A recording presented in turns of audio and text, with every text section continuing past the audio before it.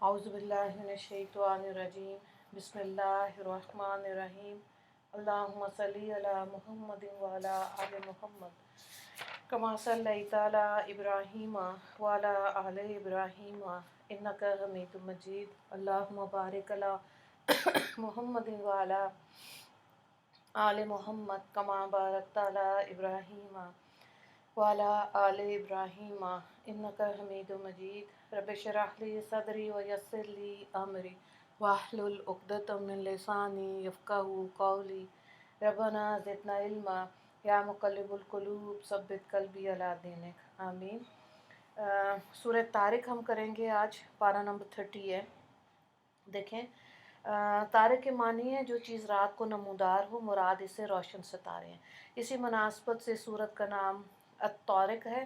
یہ بھی مکی صورت ہے۔ صورت میں بتایا گیا کہ دنیا میں انسان جو کچھ کرتا ہے وہ لکھ لیا جاتا ہے، اور جب وہ وقت آئے گا کہ قیامت قائم ہوگی تو اس کے سامنے اس کا اعمال نامہ پیش کیا جائے گا، اور اگر اس کو قیامت میں شبہ ہو اور اس کی سمجھ میں نہ آئے کہ مرنے کے بعد انسان پھر دوبارہ کیسے زندہ کر کے کھڑا کر دیا جائے گا، تو انسان اپنی پہلی پیدائش پر غور کرے۔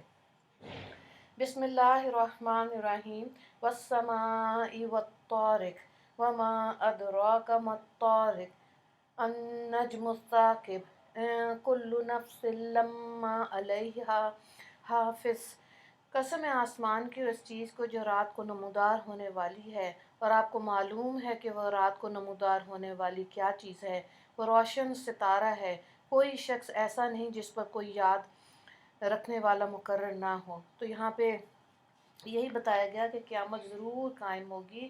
فَلْيَنْظُرِ الْإِنسَانُ مِمَّا خُلِقَ مِن مَّاءٍ دَافِقٍ يَخْرُجُ مِن بَيْنِ الصُّلْبِ وَالتَّرَائِبِ إِنَّهُ عَلَىٰ رَجْعِهِ لَقَادِرٌ يَوْمَ تُبْلَى السَّرَائِرُ فَمَا لَهُ مِن قُوَّةٍ وَلَا نَاصِرٍ۔ ترجمے کو دیکھیں تو انسان کو دیکھنا چاہیے کہ وہ کس چیز سے پیدا کیا گیا۔ وہ ایک اچھلتے ہوئے پانی سے پیدا کیا جو پشت اور سینے کے درمیان سے نکلتا ہے۔ وہ اس کے دوبارہ پیدا کرنے پہ ضرور قادر ہے۔ جس روز سب کی کلی کھل جائے گی، پھر انسان کو نہ تو خود قوت ہوگی اور نہ اس کا کوئی حمایتی ہوگا۔ تو یہاں پہ دعوت فکر کیا دی جا رہی ہے کہ انسان کی پیدائش، انسان سوچے کہ وہ کیسے خون اور گوشت اور کیسے روح سے بنا ہوا ہے، تو پھر اس طرح اللہ تعالیٰ نے اس کے اندر دل اور دماغ کو بنایا۔ مادہ منوی دماغ سے نزول کرتا ہے، اور اس رگوں میں سے جو دونوں کانوں کے پیچھے وہاں سے گزر کر نزاع یعنی حرام مغز میں آتا ہے۔ پھر مرد کا وہ مادہ پیٹ کے منکوں کی راہ سے گزر کر گردوں میں آتا ہے، ٹھیک ہے، اور وہاں سے رحم میں پہنچتا ہے۔ تو جب اس طرح سے ایک طریقہ پیدائش اللہ نے مخصوص کر دی، اور پھر انسان اس ماں کے پیٹ میں پرورش کون کرتا ہے، کیسے اس دنیا میں اللہ لے کر آتا ہے اس کو، تو اللہ تعالیٰ کہتے ہیں تم کیوں نہیں سوچتے کہ یہ سارا کچھ کیا ہے۔ اب دیکھیں میڈیکل سائنس جو ہے، میڈیکل سائنس کے سائنسدانوں نے اپنی طور سے کوشش کر رہے ہیں کہ وہ روبوٹ بنایا انہوں نے، ٹھیک ہے، وہ بھی سارے کام خود تھوڑی کر سکتا ہے، لیکن اور اس کے اندر جدت مند لاتے جا رہے ہیں، لیکن ظاہر ہے جو بھی روبوٹ یا ایسا انسان بنائیں گے وہ احساسات سے اور ان چیزوں سے خالی مشین ہے۔ تو یہ اللہ تعالیٰ کی ہی ذات ہے جس نے انسان بنایا اور اس کو احساسات دیے، اس کے اندر ہمدردی رکھی، نرمی رکھی، عقل سے نوازا۔ سبحان اللہ۔ اگلی آیات کو دیکھیں، وَالسَّمَاءِ ذَاتِ الرَّجْعِ وَالْأَرْضِ ذَاتِ الصَّدْعِ إِنَّهُ لَقَوْلُ فَصْلٍ وَمَا هُوَ بِالْهَزْلِ إِنَّهُمْ يَكِيدُونَ كَيْدًا وَأَكِيدُ كَيْدًا وَمَهِّلِ الْكَافِرِينَ أَمْهِلْهُمْ رُوَيْدًا۔ قسم ہے آسمان کی جس سے بارش ہوتی ہے اور زمین کی جو پھٹ جاتی ہے، کہ یہ قرآن ایک فیصلہ کر دینے والا کلام ہے اور کوئی لاغو چیز نہیں ہے۔ یہ لوگ طرح طرح کی تدبیریں کر رہے ہیں، اور میں بھی طرح طرح کی تدبیریں کر رہا ہوں، تو آپ ان کافروں کو یوں ہی رہنے دیجئے، ان کو تھوڑے ہی دنوں سے رہنے دیجئے۔ تو یہاں پہ دیکھیں، یعنی قسم ہے آسمان کی جس سے بارش ہوتی ہے انسان کی روحانی اخلاقی زندگی کے بارے میں آ رہا ہے کہ اور زمین کے جس میں سے نباتات اگتے ہیں تو قسم کھا کر فرمائے انہ لقول فصل، یعنی قرآن کریم حق اور باطل میں فیصلہ کر دینے والا کلام ہے۔ اب یہاں جن چیزوں کی قسم کھائی گئی، یعنی قسم ہے آسمان کی جس سے بارش ہوتی ہے، اور زمین کی جو بیج نکلتے وقت پھٹ جاتی ہے، اور جو اب قسم اور جواب قسم کہ یہ قرآن ایک فیصلہ کر دینے والا کلام ہے۔ اس میں مناسبت یہ ہے کہ جس طرح آسمان سے بارش ہوتی ہے اور اندر زمین کو سرسری اور شادابی سے مالا مال کرتی ہے، اسی طرح قرآن کریم بھی آسمان سے نازل ہوا